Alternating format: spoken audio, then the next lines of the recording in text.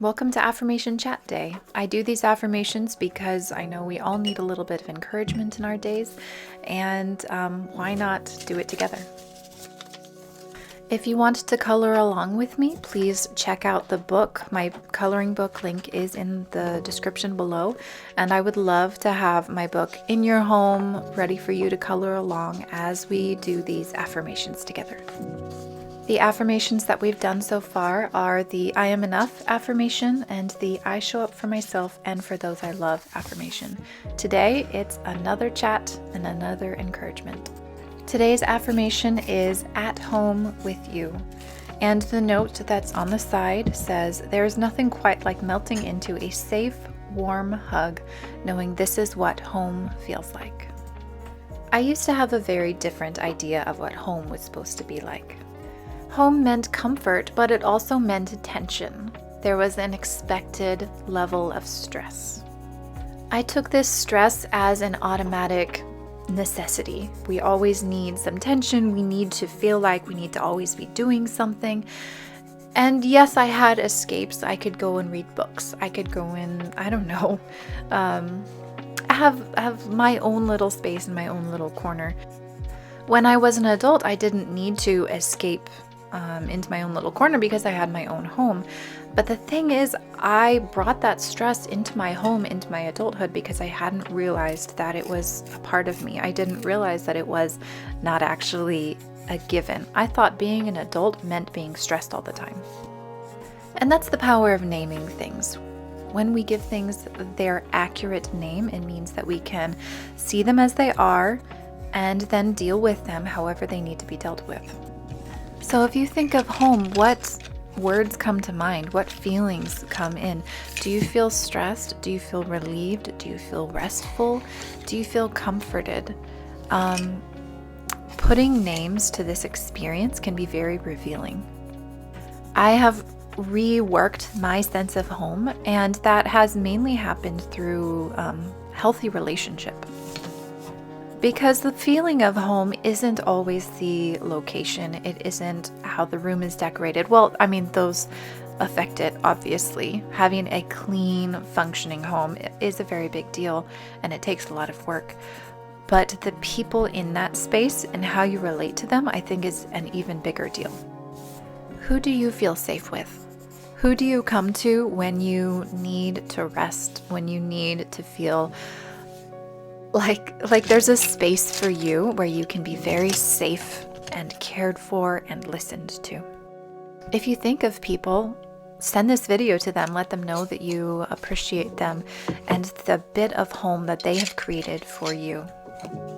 This could be a spouse, this could be a friend, this could be a sibling or a parent. There are people in our lives who show up for us and are kind in ways that we just can't even fathom why some days, and that's part of what makes them very safe people to go to. I was talking with my husband the other night about how I really want this upcoming month to be one where I'm feeling well. I have been sick a couple of times over the past month, and I am very much over it. And he paused and he thought about it for a moment, and he made a Princess Bride reference of all things. He basically said, you know what, we can live in the fire swamp together. It's okay. Sometimes things are hard. Sometimes the home is messy. Sometimes we're sick and we don't want to be sick. We're so tired of it. But when we are working on it together, taking care of each other, we're home, and the home is okay, and everything will be fine. And things might be difficult, but things can still be good. And this is true on an internal level as well, with our relationship with ourselves and feeling at home in ourselves. When I take time to sit and be quiet and sit and listen to my own inner voice, I can have that, we're in the fire swamp, but we can be okay moment too. This is surprisingly difficult to have if you grew up in a environment where tension is necessary, where stress is always the case, where you need to prove yourself, where your worth depends on your accomplishments. There are also so many things that make it hard to rest and feel home. but that's where retraining happens.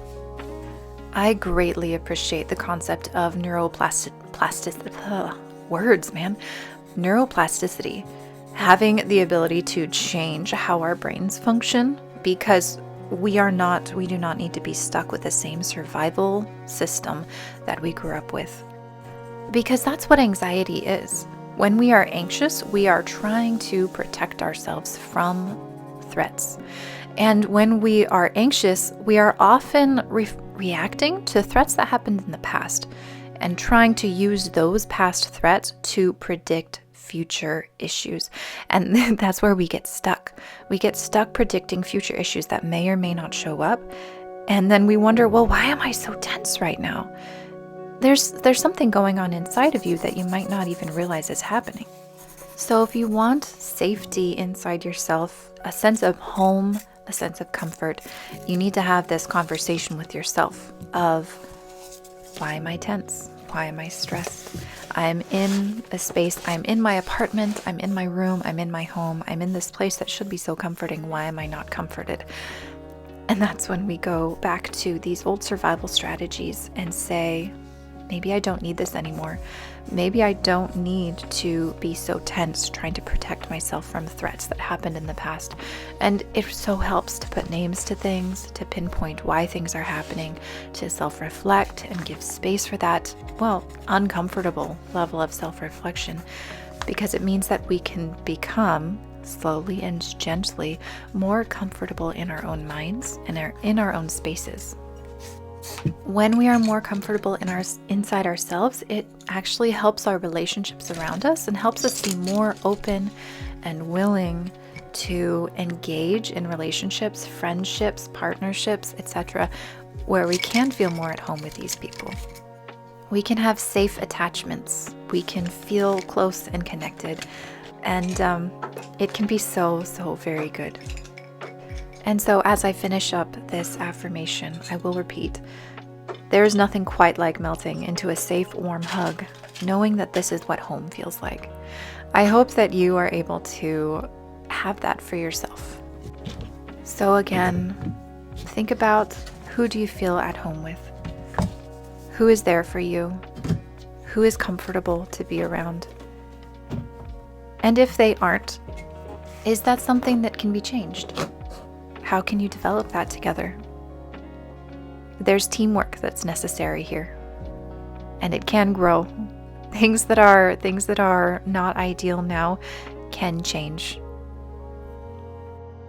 If you want more of these encouragements in your home, please buy my book. Go to the link that's in the description, and of course, like and share and subscribe and all of those good things. There is so much more ahead that I would like to share with you, and thanks for sticking around to the end of this video as well. See you next week.